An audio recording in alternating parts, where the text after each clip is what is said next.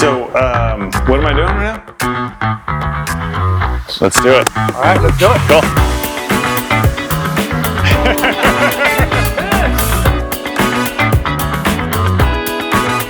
Your subs are going to have delays, things are going to happen. Be prepared for that. Understand that timelines need to be a little bit flexible, and sometimes you just have to work with it.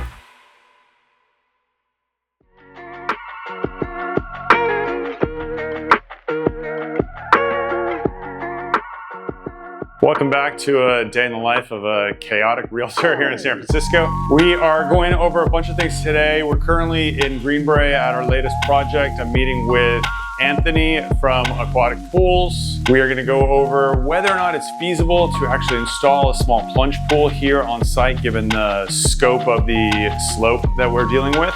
We're going to talk about some concrete work, some retaining walls, etc. Going to head from here to another project that we're working on. I'm not sure if we mentioned it yet, on 22nd Street in the Mission in San Francisco.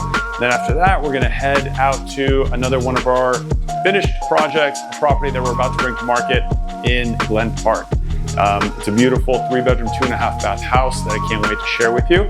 And then we're going to close out at our project in Los Altos.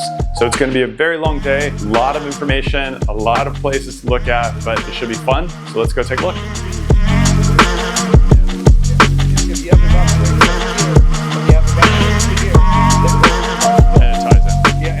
So this is all going to be a nice patio accessible. These are going to be sliders and bananas above. All of this greenery goes away. These become windows. Right now it's a basement. There's going to be bedrooms and a bathroom in there. This all is obviously repaved, all squared off, and you do a staircase up onto an upper patio. This goes away. This tree stays though. This is a beautiful tree. And then check this out. Have you ever seen a retaining wall like that? They're not solid, right? No, they're just pieces. Whoa, they're so brutalist. They're so cool. Yeah, they're very brutalist, yeah. When we first purchased this project, the entire landscape, the grounds were completely overgrown. I had it recently cleared out because we had to do a topographical survey. And after doing that, we got to see this. I mean, it's amazing, right? It's Andrew, who works with me, used a perfect term today. He called it brutalist architecture. It really is, but it's also gorgeous. I think if we do it correctly and if we put in maybe a living wall or some sort of a feature, this could just, obviously be a fantastic ROI on the house, but it could be an amazing experience coming out here and just seeing this and feeling it and experiencing it and so close to the house. I'm really thankful that it was here. Say, this is what I want here in this area. Yeah. We take a laser level for elevation. We figure out your height from landing area to the bottom, and then we figure out what the codes are for the steps. Yeah. Okay. And then we space them every 6 inches so we don't go over, and then we make them look like they're floating. Perfect. Thank you. I'm back here with Anthony from Aquatic Pools. Amazing guy. He did the pool work at our last project and brought him back to Tamil, to our newest place, to see what it would take to put a pool on a slope of this nature. So looking at the location for your newly proposed pool, you're on a severe slope. Basically, we have to get a geotech engineering report. They have to core drill into the hillside to establish where bedrock is located. We're also going to have to figure out how far back you want a retaining wall to protect the investment. Following property lines and setbacks in the county of Marin, it looks like we're able to build a rectangular 10 by 20 pool in the location, infinity edge, automated equipment, and then wood decking around it for others. That's kind of what it's going to take. After geotech engineering is generated, we'll kick that out to structural engineering, and then they will provide the math, the equations, what type of steel, how big the footings, how wide the footings. If piers are required, they will also dictate that on structural engineering. The infinity part is a maybe. Yeah. We might go with a more simpler design, but why is that? Well, cost obviously is the first consideration. Yeah. And the location might not afford the best outlook on the infinity, so it might not necessarily have the best ROI. Anthony is great. I mean, at our last project, he ran all of our concrete, all of our pavers, all of our retaining walls. He runs a very efficient crew, and I'm really looking forward to possibly working with him again. Alex is a great builder, great developer, and absolutely, I'd love to get back and make something amazing on this property happen for Alex. Let's do it. All right, let's do it. Cool. We're now in San Francisco in the Mission District. We're going to take a look at a project I'm working on 22nd Street. Fantastic location, lots of families, lots of restaurants, lots of shops, lots of energy. But before we get started on looking at everything, I just want to give a quick shout out. Andrew, Mr. Andrew. So Andrew just recently started with us and he's already got his first deal on our team in escrow, closing in just a couple of weeks. And of course he did it while I was on vacation. So I think that's what did it.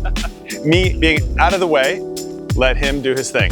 Andrew, congrats. Thank you so much. Yeah. Thank you. How do you feel? I feel amazing. And in a couple of weeks, couple of days. Yes, Yeah. yes. It was a rock star deal. Tell him about it. Yeah, so we saw this condo that was on the market for a little over 2 months. My client saw it, fell in love, and within 24 hours, we wrote an offer, had a counter, had another counter, and we were in contract. So it was very quick, very fast, but very excited about this first deal. He killed it. He got it way below market. It's an amazing space. His clients seriously lucked out working with him. Thank you. Thank you. Super All right. pumped for that. Let's get it going.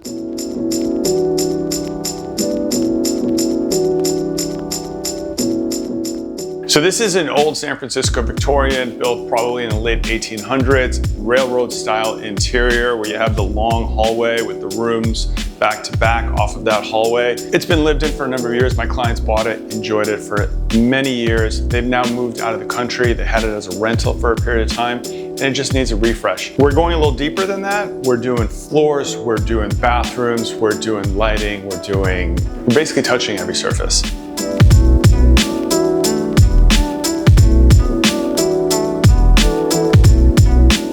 I want to point out one thing which I think is really interesting.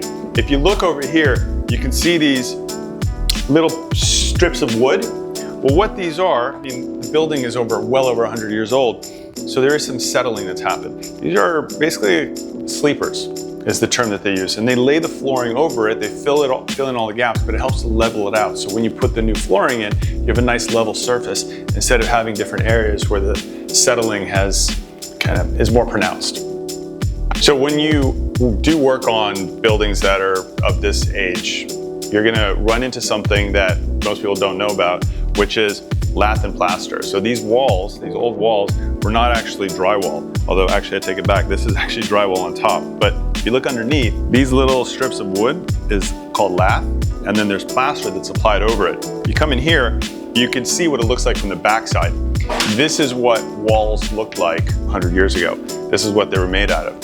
Now we use drywall, which is a much cleaner and much easier installation. But this is what you have in the old homes. And so when you'd have settling or movement of any kind in the house, you end up with big cracks, visible cracks like that run through the property because it's plaster cracks, right? It's a hard surface that it doesn't flex as easily.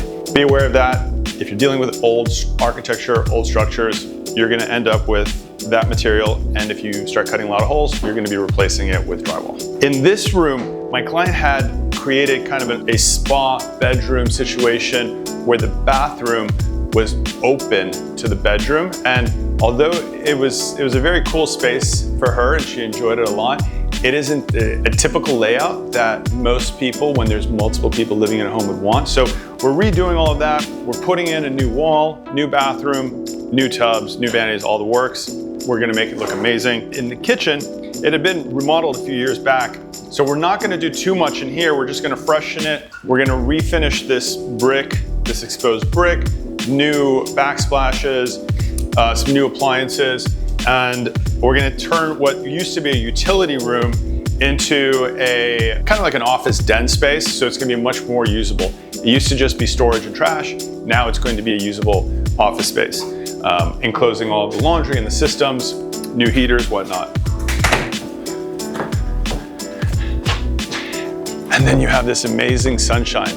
The Mission District in San Francisco is going to be the sunniest part of the city. It's going to be the Mission, Potrero, Dogpatch, and Bayview. Those are going to be the sunniest parts of San Francisco. So if you're looking for that, you're going to want to be here. This is what it looks like. You go to the other side of the city and it's all fog and gray and gross. All right, so if you like sun, be here. Welcome back to our listing at Diamond. A couple weeks ago, we came by, you saw the facade with the beautiful bougainvillea outside. And I mentioned to you that we're gonna be coming to market in just a short period of time. Well, we never made it to market because We employed the 3-phase marketing program, which we do on all of our listings. And the first phase is what's called private exclusive. There's a number of reasons why we go the private exclusive route initially. One is testing the market at various price points. Another is developing an interest list, creating some momentum behind the property. Another is getting a little bit of pre-market activity so that when you are ready, whether the property is still being staged, painted, what have you, you've already got an interest list to come out onto the market with a ton of energy and momentum. Within about 28 hours of hitting the private exclusive platform, we were able to drive enough interest and enough momentum to get the property into contract at my client's aspirational price plus a little extra.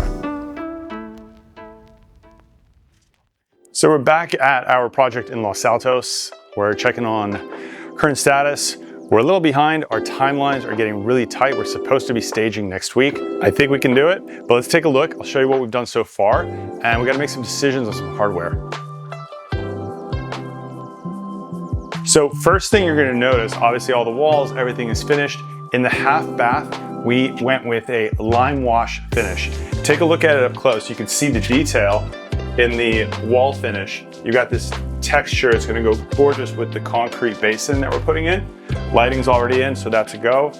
The office slash guest room is pretty much ready. The kitchen is just about done. We've got half of the counters in.